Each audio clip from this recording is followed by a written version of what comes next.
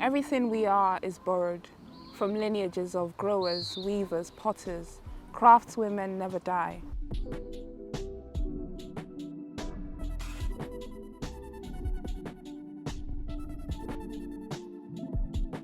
Creating in nature has been really enriching. It recharges me, it inspires me, and I feel that a lot of new ideas and inspirations kind of come through me when I'm outside. We used to pick pawpaws from grandmother's garden. She made heaven in the hearth of process, communed with her soul beyond seasons of doubt to growth and harvest.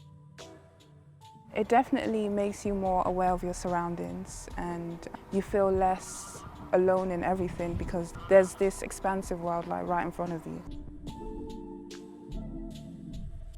I have a friend that says to me that outdoor thoughts are bigger than indoor thoughts. So instead of being inside with all of my thoughts kind of suffocating me and all of my ideas kind of feeling like they're piling on top of me, when I get outside I feel like I can explore and express more freely.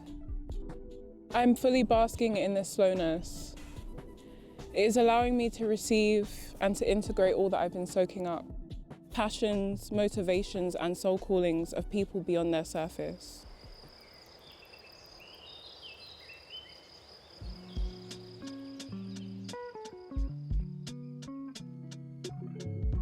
It's especially important in cities like London because it's so easy to get lost in the hustle and bustle of everyday life.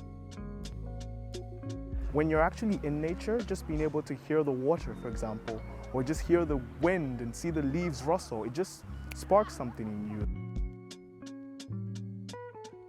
Beside a pond, I stand, absorbing it all. Leaves whispering secrets and earthy chatter.